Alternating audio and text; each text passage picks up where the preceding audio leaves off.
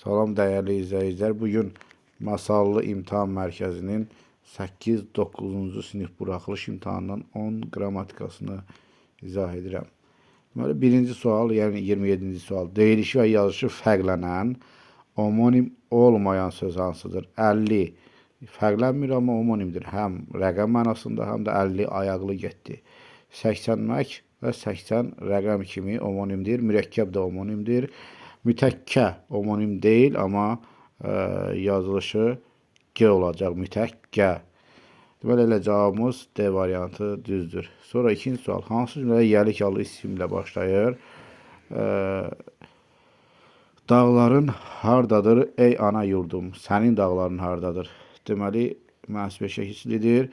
Çöllərindir şən, sənin çöllərindir. Yenə mənsubiyyətdir. C variantına baxaq. Dağın döşündə. Elə budur. Hansı cümlə yəlik allı isimlə başlayır. Qeyri-müəyyən yəlik aldadır özdə. Sonra siz yəqin vurmusunuz gənclərin. Yadınıza saxlayın. Gənc yəlik allı sözdür, amma isim deyil axı, sifətdir. Diqqətli olmaq lazımdır. Y variantda yenə adlıq halda olan mənsubiyyət şəkilli isimdir. Üzləşmək sözünün fonetik təhlili ilə bağlı səhvi müəyyən edin.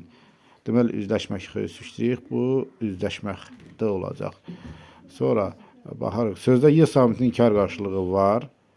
Əlbəttə xüsusirik. Sonra səs fərqlərinin sayı bərabərdir, düzdür.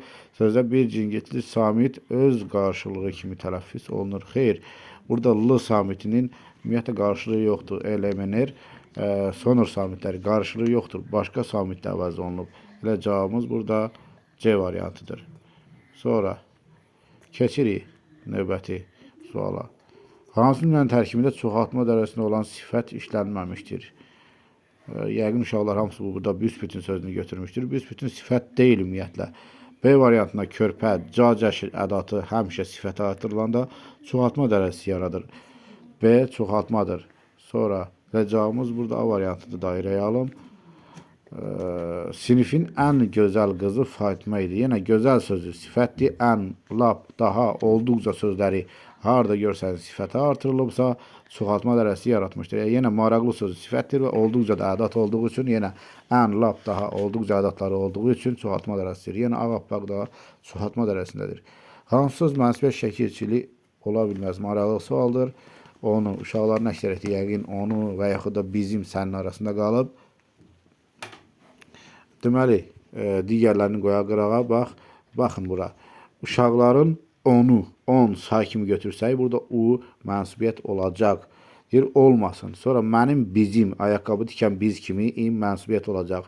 Amma sənin şəxs əvəzliyi heç vaxt mənsubiyyət qəbul etmir. Elə cavabımız burada Y variantı. Sonra məxfi düz yazı V olmalıydı. F kimi yazılıb A variantıdır. Keçək növbəti suala. Boşluğa yazıla bilməyəcək variant hansıdır? Sifət və say ortaq eyni suala cavab verə bilir. Sifət də hansı sualına cavab verir? Sıra sayda. Məsələn, 5-ci mərtəbə, hansı mərtəbə 5-ci mərtəbə kimi cavab verə bilir. Eyni cümlə üzvü olur. Hər ikisi təyin olur. Əşyanı izah edir. Hər ikisi əşyanı izah edə bilir. Quruluşda 3 növ var. Hər ikisi 3 növ var. Sonra quruluşda mürəkkəb olanlar bitişik, defisdə və ayrı yazılır. Yadınızda saxlayın ki, Y variantı burada cavab. Yadınızda saxlayın ki, isim və sifət heç vaxt mürəkkəbi ayrı yazılmır. Növbəti sual. Cədvəl yanlışı istəyir. Diqqətli olmaq lazımdır. Yanlışı istəyirsə doğrunun altında yanlış yazılmalıdır. Ya yanlışı seçməliyik, yanlışın altında doğrunu seçməliyik.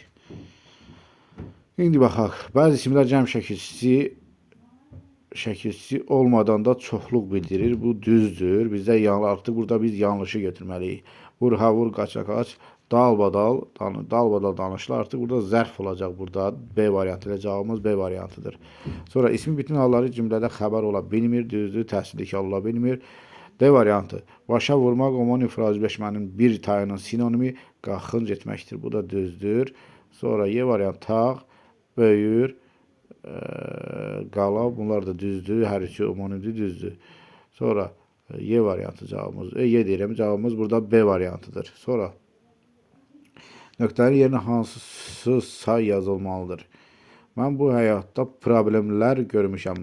Deməli, lar cəm şəkilçili isim varsa biz avtomatik bir sıra bir çox saylarını götürməliyik. Çünki bir sıra bir çox sayları özündən sonra həmişə cəm şəkilçili isim tələb edir. Və burada cavabımız 35-də A variantıdır. Sonra keçirik növbəti suala. Yalnız ad bildirən sözlərdən ibarət olan variant hansıdır? Yəni ismi soruşur bizdən. Bürünc isimdir, bürüncdən medal. Medal isimdir. Medal isimdir, nənə isimdir, ev də isimdir.